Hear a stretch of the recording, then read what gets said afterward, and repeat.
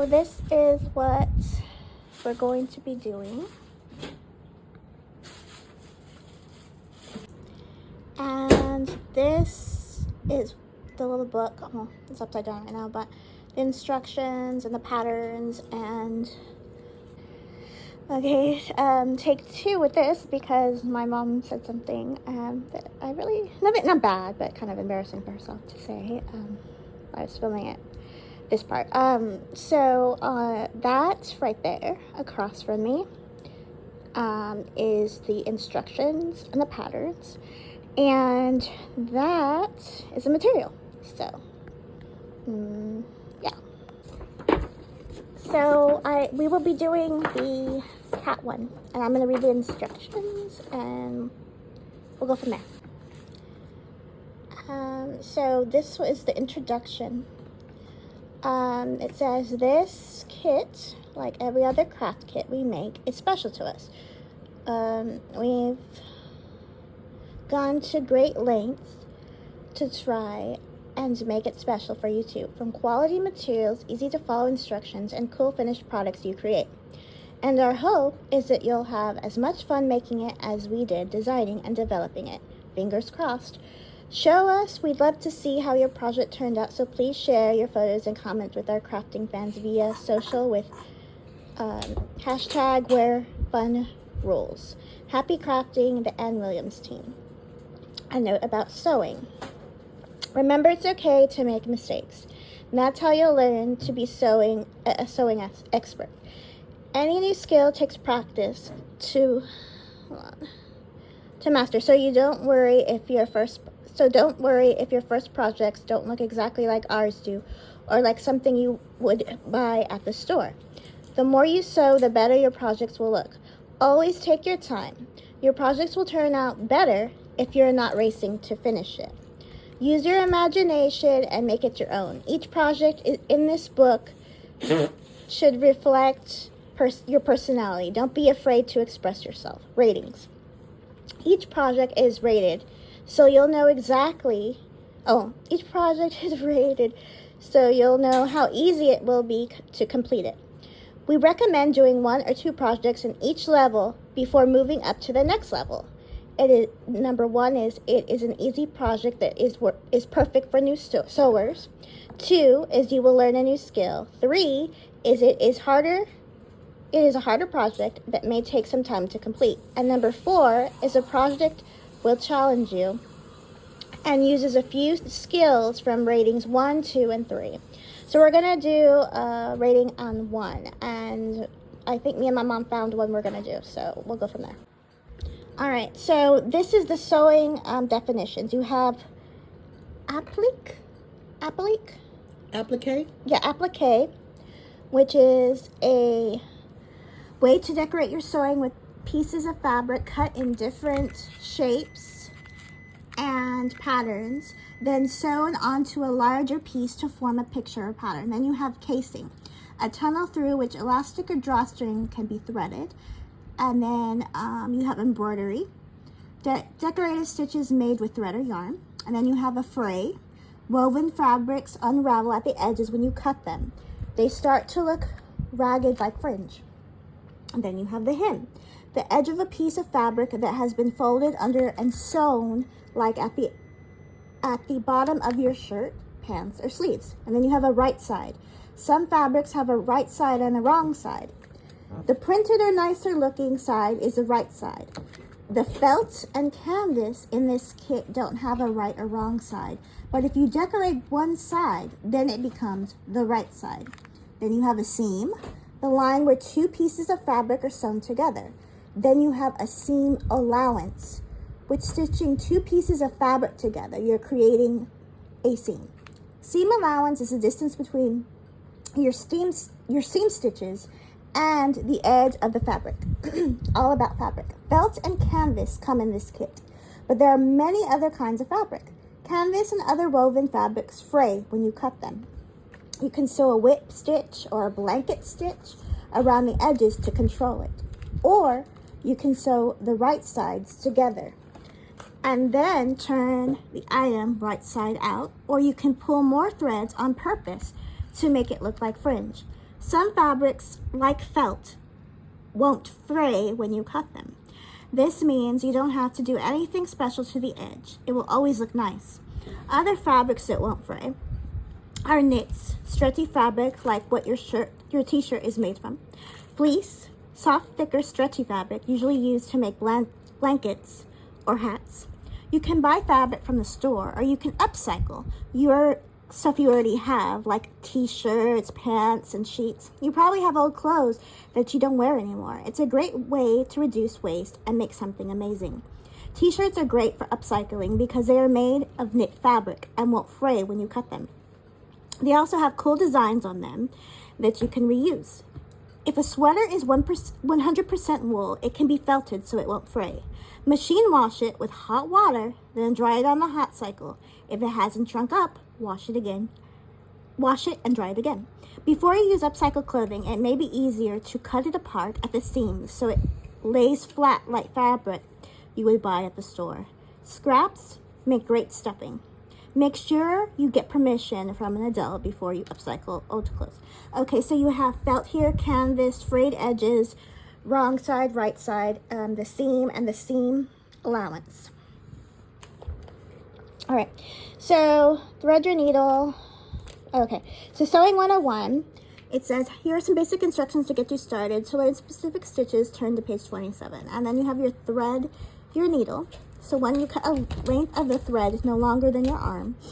And then 2, place one end through the eye, the hole in the needle. And then 3, pull until there is an 8-inch tail.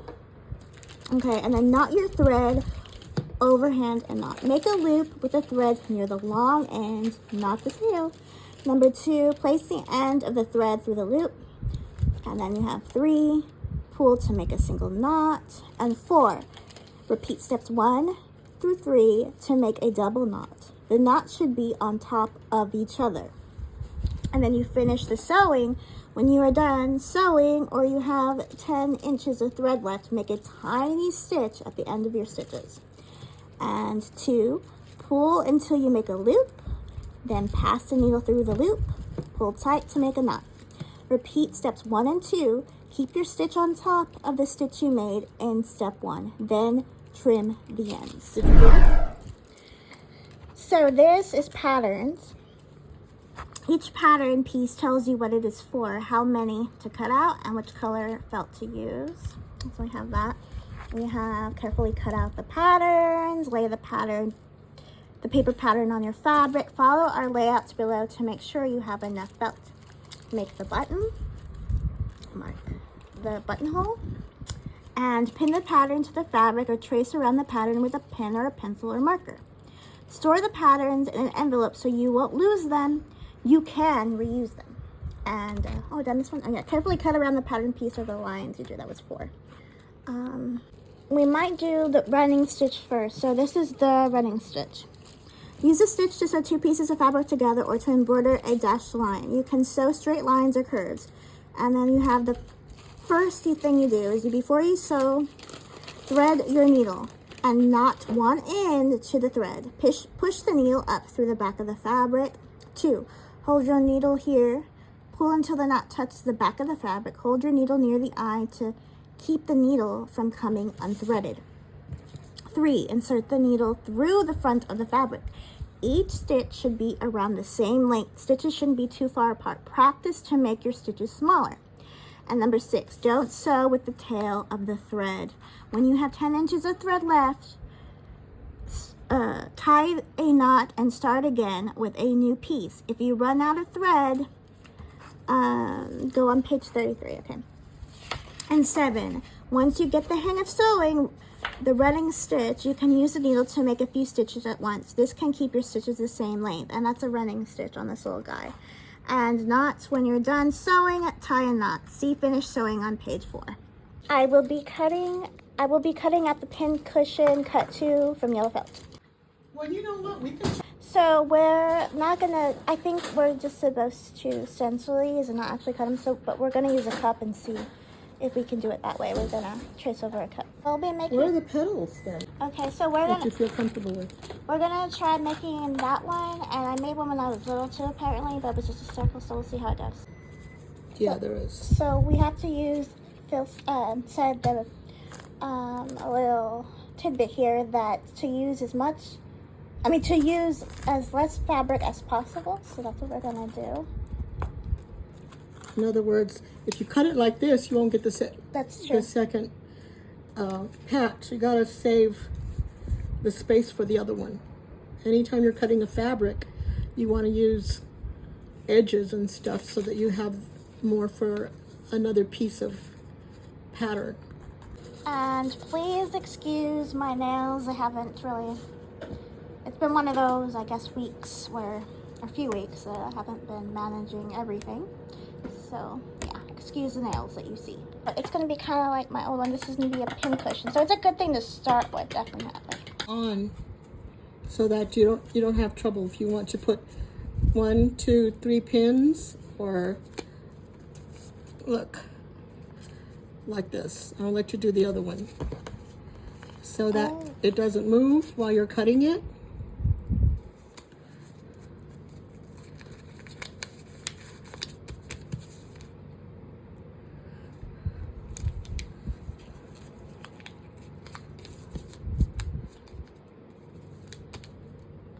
These precious little hands are my mom, and she's precious.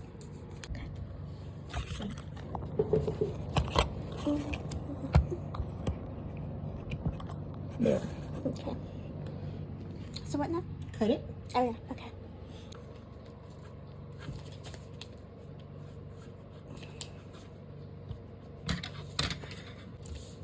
Maybe there's scissors for Phil. There it goes. Now my scissors are dull. They say your scissors are dull, Chevra. Mm-hmm.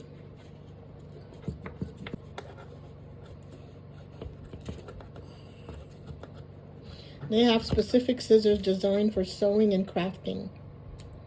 I knew it. Okay. They have sharper blades and they are thicker and more durable. Fusing fabric shears are no longer designed for cutting large pieces of fabric. They're no longer designed that way? Oh, okay. I didn't know that. All right. Do you want to perfect it? So what kind of scissors do I need? A rotary cutter. Apparently a rotary cutter.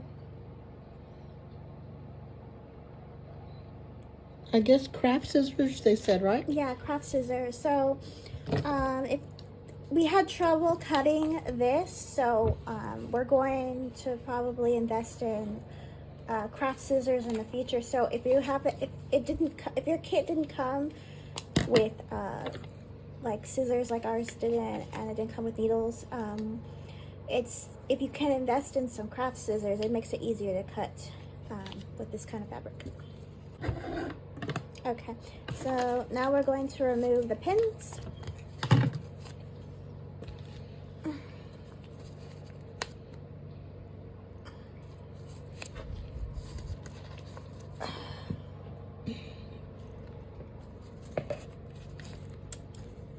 Oh, and so essentially we'll be making something like that.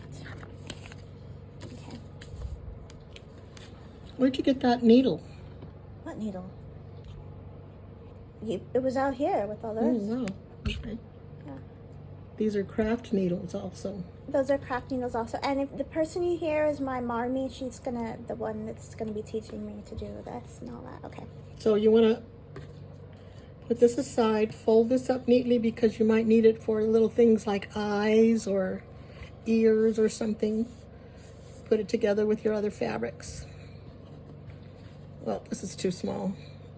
And it's good to have a little canister of some kind to dump your scraps in. Yeah, you can use them, which it says in the book too, for like stuffing in the future or what have you. Okay, so how does it say to stitch it?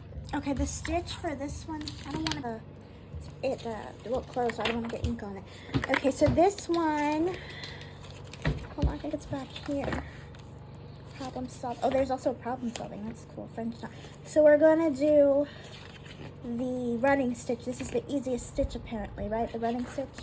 I don't know, is that what it says, that it's the easiest one? Well, it's the first one. It doesn't have a level, and this is the one we're going to be doing, this little guy here. We're going to try to do the pin cushion. Yeah. Oh, we're going to do the pin cushion with the running stitch, because they also have the whip stitch, the back stitch, the blanket stitch, Wow. the pleat stitch, and for buttons. What's this stitch? Oblique, right? Oh, I see it. Okay. And this is the buttons, and then this is the problem solving and the French knot. Oh, it's applique. Oh, applique. Okay. Let's see. What's the easiest you think to learn first? What's this one? Back stitch? The back stitch. Running stitch. That's the original kind of stitch, or? And then there's the whip stitch. Yeah, I think maybe we should start with the running stitch. This one? Mm-hmm. Okay, we're gonna start with the running stitch and make a pin cushion. Okay. So, the pin cushion instructions. So this is how they do the stitch. Can you kind of show us? Yeah, well, I An want to show example? you. I want to show you how to thread the needle. Okay, we're gonna learn how to thread a needle. So you buy these little. I really don't know if they call them needle threaders or what, but you buy these little things, and I got them on Temu. This is what it looks like. It's got a little wire at the end, and you can hold it with your finger. So you're going to run this through the needle. And I bought some craft needles so they're easier to use. I guess you want to use the big needle or the small one, which is easier for you? I don't know, whatever you think, because I mean, I haven't done this in a long time. All right, let's try the big one. So you run this through.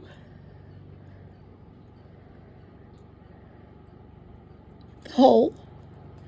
So we're going to be doing the pin cushion, and it'd be on page 10 in your book. This is what it looks like. Trying to figure out which one we should make. I want to do the little sunflower. I don't know. Well, whichever comes easiest, I guess. So don't forget to do this. We need to learn about the patterns. It's page 26, and how to do a running stitch, which is page 27. Okay, so popsicle sticks do what now? Okay. Let me see if I have something. To keep the threads from running, she says popsicle sticks. Amazing! So the wire has gone through the eye of the needle, and I'm going to open this thread up. If you look for the edge, sometimes you can use it out of the spool. The only problem with that is that sometimes it starts to tangle, and then you're untangling the thread. My scissors are dull. These are the ones I sharpened.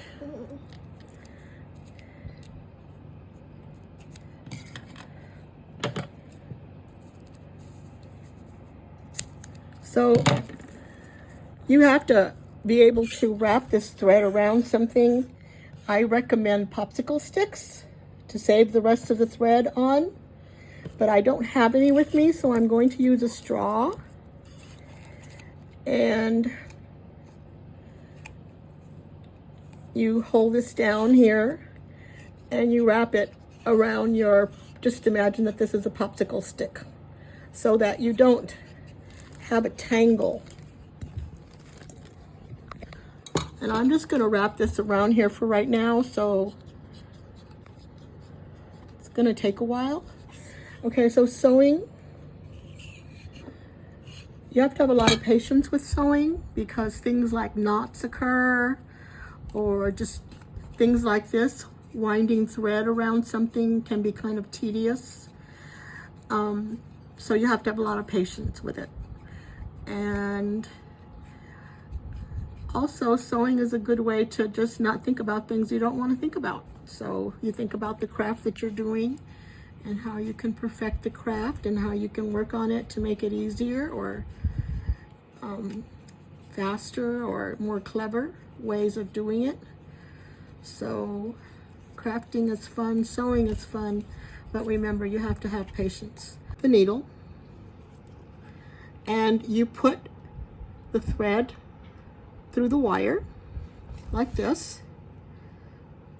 You pull it through, and then you pull the thread through the needle, and you have threaded your needle. An easy way of doing it without having to, if you feel like maybe your hands are not steady enough to put the thread through the needle without any help, these things come in really handy. And I just call them needle threaders. So we're going to determine how much of a thread we're going to need. And I'm going to probably don't make it too long, because then it does tangle. And like I said, I did sharpen these scissors, but it didn't work too well. This is how you tie a knot. You wrap, you place the thread on top of your finger,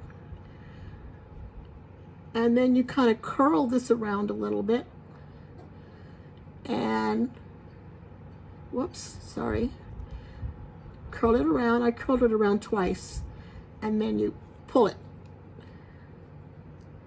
and there's a knot. Sometimes you need to trim the knot because it's too big or too bulky. So there, I'm just going to keep it like that for right now.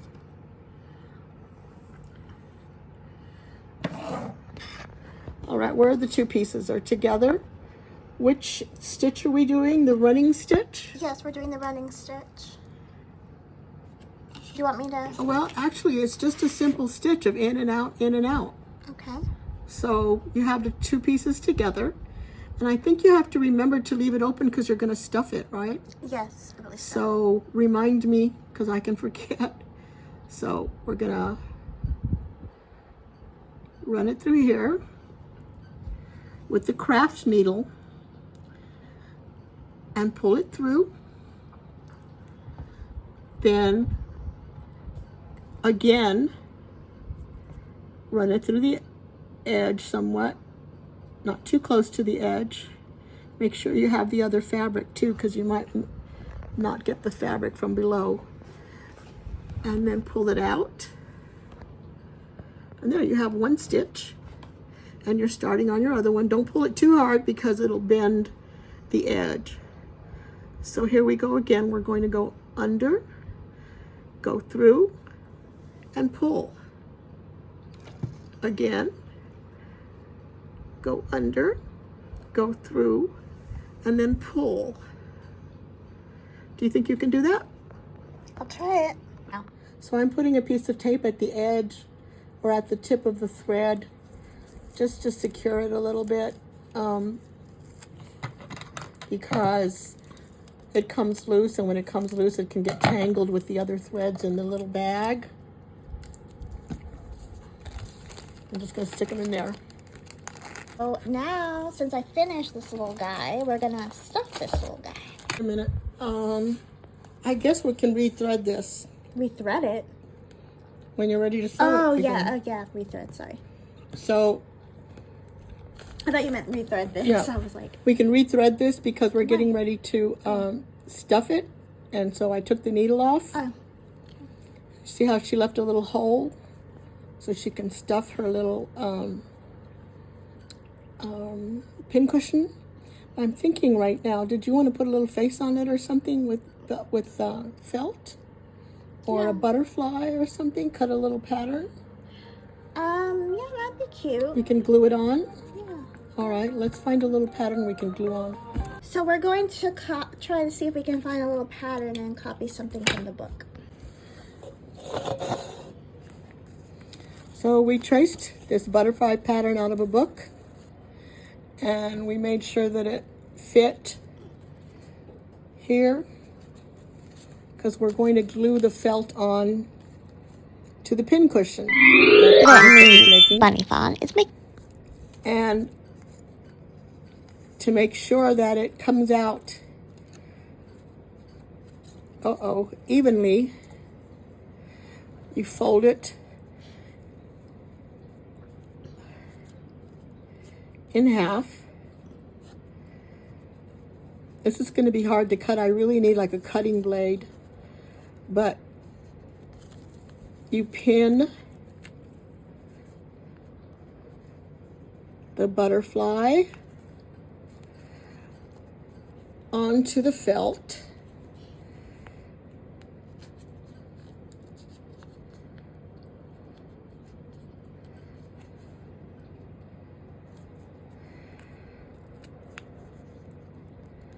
And if you have a cutting blade that's safe, like I have a biology kit somewhere, and I think a cutting blade would be perfect, but I can't find it.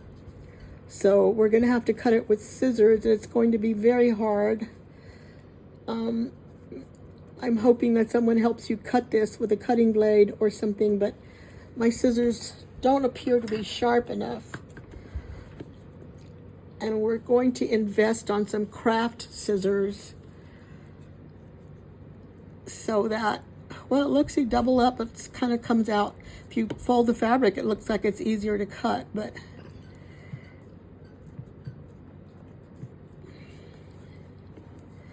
I'm going to go ahead and do this first because the wedge is going to take a little bit of effort.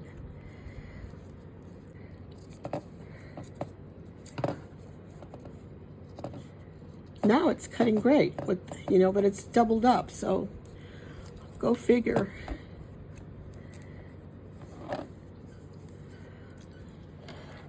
Once we find some good craft scissors, we will tell you where we got them and all that, but for now we're just kind of struggling through it. Yes, sometimes it be like that, so.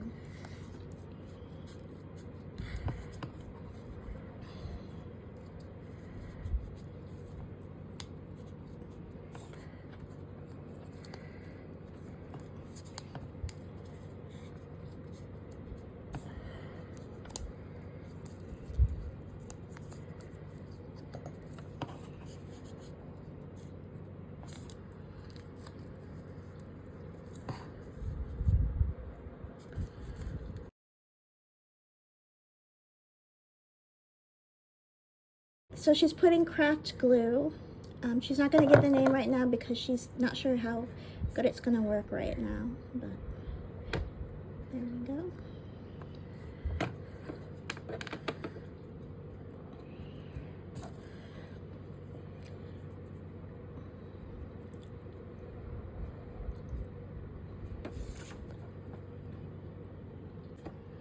Okay, so we're doing the best we can here because the felt was so difficult to cut that we ended up having to shape our own little butterfly and cut it into little half pieces.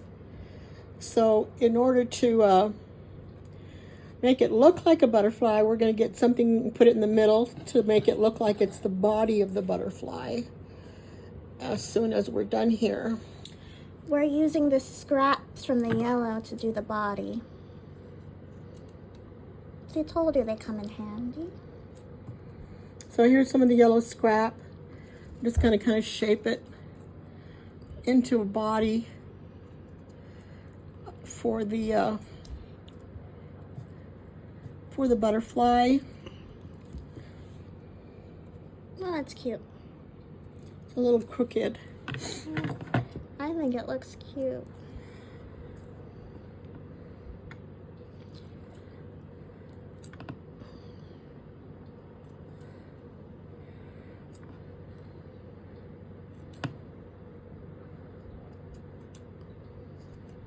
There we go. Is that better? It's very cute. Yep.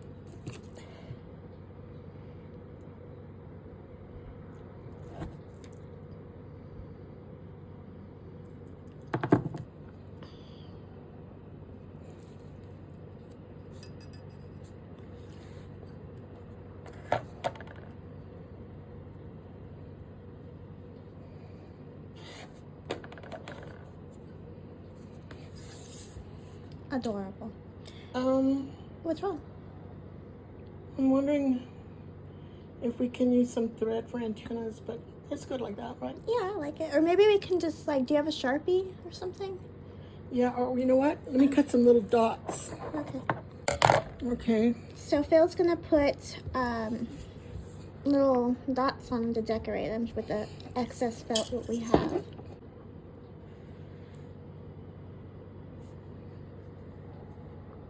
She's using the glue with that. Yep.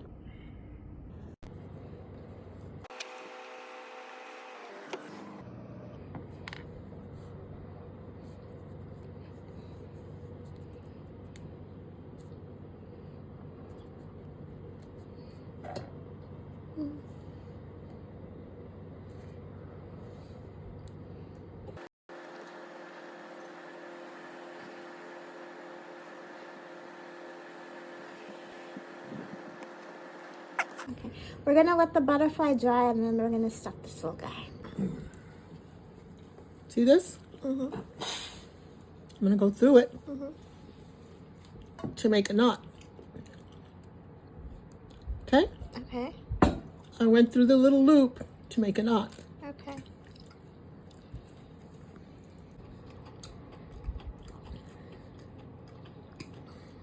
So what I'm gonna do, I'm gonna do it again to make another knot, okay? Mm-hmm.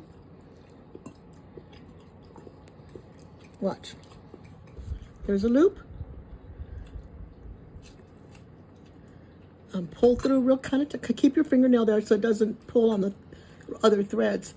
And just tighten it. There's your knot. Okay. Okay. And then you just cut it. Yay!